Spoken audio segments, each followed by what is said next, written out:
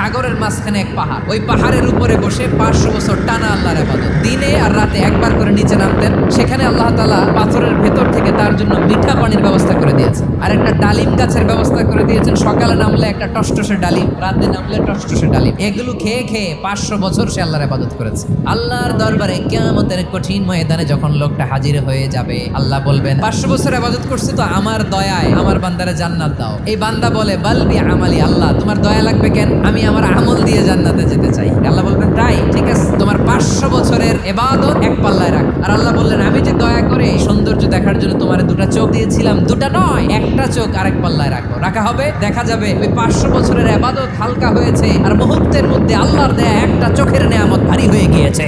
ফলাফল দেখো, হিসাব বলে তুমি এখন জাহান্নামে যাবা, যাও এবার জাহান্নামে যাও। এবার লোকটা কাচুমাচু করে বলে আল্লাহ এবার আমি বুঝতে পেরেছি তোমার দয়া ছাড়া দুনিয়ায় কেউ জান্নাতে যেতে পারবে না।